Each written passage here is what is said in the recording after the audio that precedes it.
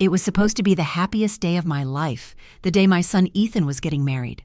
I had waited for this moment since the day he was born, dreaming of the moment he would stand beside his bride, about to begin the next chapter of his life. As a mother, nothing could have been more fulfilling than watching him say, "I do." I had carefully chosen my outfit, had my hair done just right, and was filled with pride and joy. But what happened next turned my entire world upside down. Just as I was about to leave for the wedding, I felt my phone buzz in my pocket. It was a text from Ethan. I smiled, eager to hear his excitement on his big day, but as I glanced at the screen, the words froze me in place. "Mom, don't come. Check your husband's garage. Trust me." At first, I thought it was some kind of joke. Ethan had always been a little dramatic, always stirring the pot to get my attention. I dismissed it as nothing more than a pre-wedding meltdown. But then a cold feeling washed over me. Why would he send me something like that on the most important day of his life? The knot in my stomach tightened with unease. Something wasn't right. A mother knows when something is off, even when they want to deny it. Ignoring the voice in my head telling me to ignore it, I couldn't shake the feeling that I needed to check. The excitement I once felt for the wedding was now gone, replaced by a heavy, suffocating sense of dread. I told myself I'd go check the garage and then head straight to the ceremony. I'd be fine, right? I rushed downstairs, my heart pounding with every step. I reached the garage, the door creaking as I opened it. There, in the dim light, sat a box placed deliberately in the center of the floor.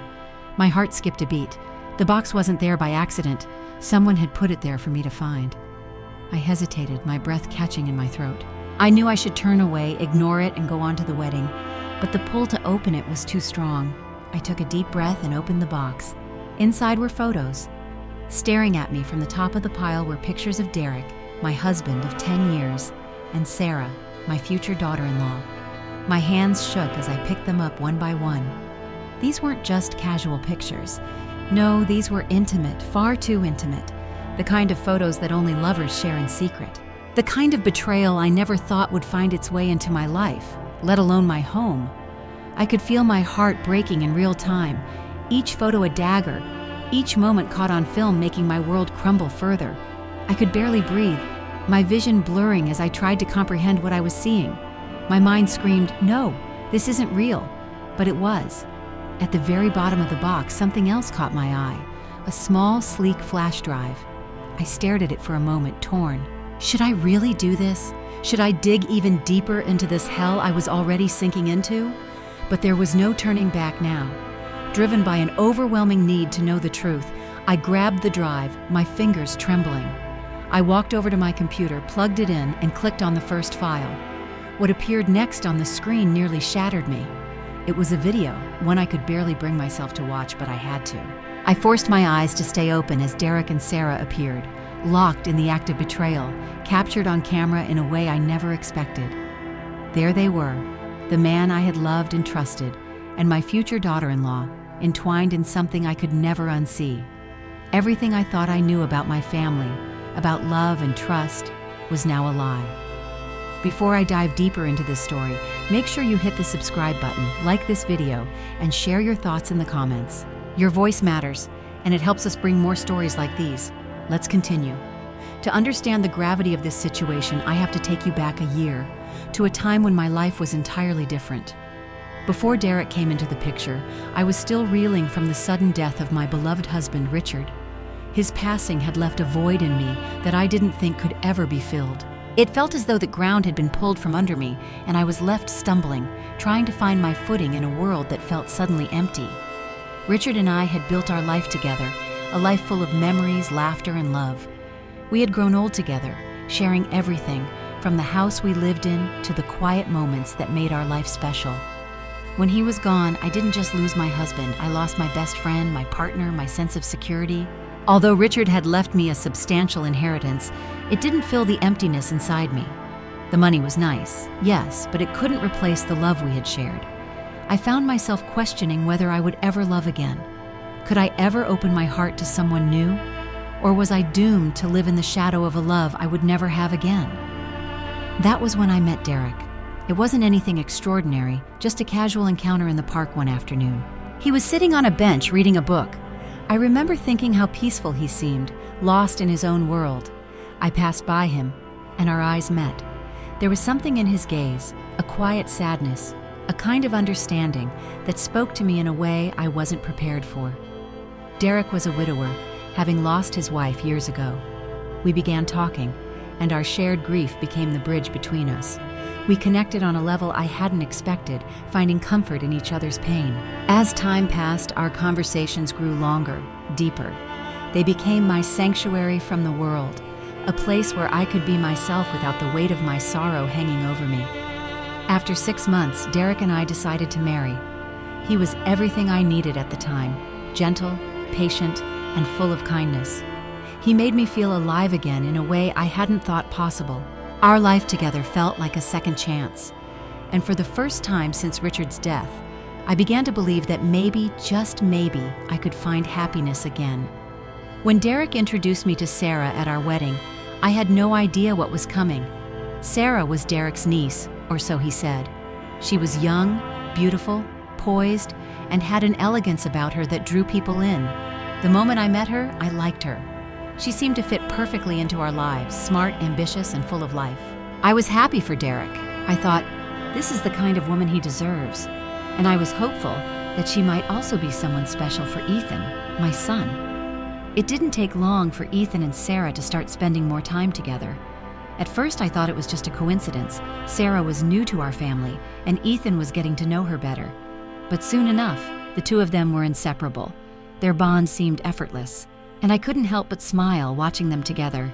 My son had been through a tough breakup a few years before, and it was heartwarming to see him so happy again. I even started to hope that Sarah could be the one for him, the woman who would finally bring him the happiness he deserved. 2 months later, Sarah and Ethan were officially dating, and I was thrilled for them. I thought to myself, how lucky am I? Both Derek and Ethan have found incredible people to share their lives with. My family is perfect. But then something started to feel off. I tried to ignore the nagging feeling in the back of my mind, brushing it off as jealousy or insecurity. Who was I to question the happiness of the people I loved? But deep down, I couldn't shake the feeling that there was something I was missing. The more Ethan and Sarah's relationship grew, the more I felt a strange unease in the air. It wasn't anything I could point to directly, but it was there, like a shadow that kept following me around, making me second-guess everything I thought I knew. Still, I chose to ignore it. After all, what could be wrong? My son had found someone who made him happy, and Derek seemed just as content with Sarah being part of our lives. There was no reason to doubt them, but life has a way of revealing truths we're not ready to face. That day in the garage, when I opened that box and saw the photos, proof of the betrayal I had never imagined possible, the world as I knew it came crashing down. My trust in Derek, in Sarah, and in the very fabric of my family had been shattered in an instant. I stood there frozen, staring at the photos, unable to comprehend what was happening. Derek, the man I had trusted with my heart, the man I had married with the hope of building a future together, was with my future daughter-in-law. The man who had promised to love me was now caught in a web of deceit and lies. And Sarah, the woman I had welcomed into my life with open arms, was now a traitor, just as guilty as Derek. Everything I thought I knew about my family, my marriage, and my future had turned out to be a lie.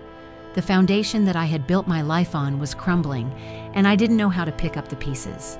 The pain of betrayal was unlike anything I had ever known. My mind was spinning, my heart heavy with grief and confusion. How could this happen? How could they do this to me? I didn't know what to do. My entire world felt like it was slipping away, and I was powerless to stop it. Holding the flash drive in my trembling hands, the weight of the situation hit me hard.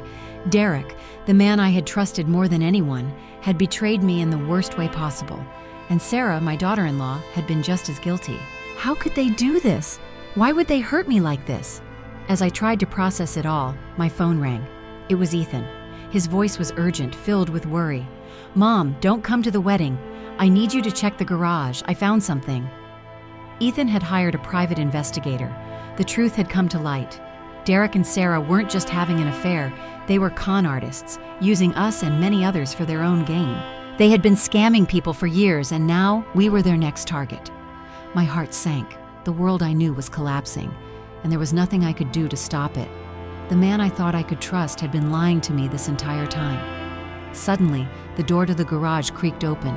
Derek stood there, confusion on his face. "What are you doing here?"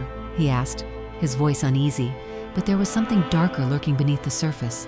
I didn't know how to respond. How could I tell him that I knew everything? That my heart was breaking in 1,000 pieces because of him? My mind was spinning, but I forced myself to stay calm. I lied, saying I was just looking for an old box, but Derek knew something was wrong. His eyes narrowed, and his suspicion grew. The tension between us was suffocating. My phone was dead. I couldn't reach Ethan, and I couldn't leave the house. I was trapped, and Derek knew it. Before I could even make a move, the doorbell rang. Ethan had arrived, and behind him I saw the police. The truth was finally out, and it was too late for Derek to keep pretending.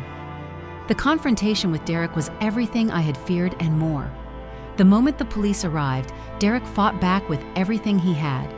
His anger was unlike anything I had seen before. The man I once loved, the man who had promised to cherish and protect me, was gone.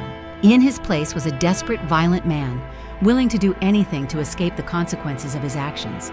I watched, numb, as the officers quickly subdued him, his fury growing as they put him in handcuffs.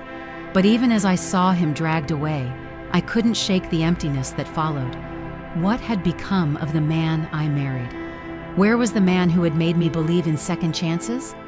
Now he was just a shell of the person I thought I knew, the person I had trusted. It was hard to process. A wave of disbelief washed over me, as if I were still waiting for the truth to sink in. Ethan stood by my side, his face a mix of relief and exhaustion. Together we watched as Derek was loaded into the police car, his eyes filled with a mixture of anger and desperation. Isabel, too, was taken into custody. I couldn't believe the web of lies they had woven, and for the first time in months I felt a flicker of peace. The nightmare was over. They were no longer a threat. But as Derek's car pulled away, I realized something. The journey to healing had only just begun. The damage they had caused, emotionally, mentally, couldn't be undone in an instant. It would take time to rebuild, to find peace again. The scars of betrayal run deep, and the road to recovery isn't a straight path. But I had come this far, and I wasn't about to give up. This story isn't just about betrayal, it's about strength. It's about finding the courage to face the truth, no matter how painful it may be. And it's about rebuilding, even when everything seems lost. Sometimes life knocks us down, but it's in those moments that we find our true power. We are stronger than we think. Thank you for watching.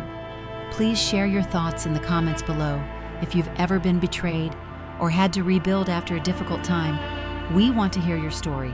And don't forget to like, subscribe, and share for more Real Her Stories. You're not alone in this journey.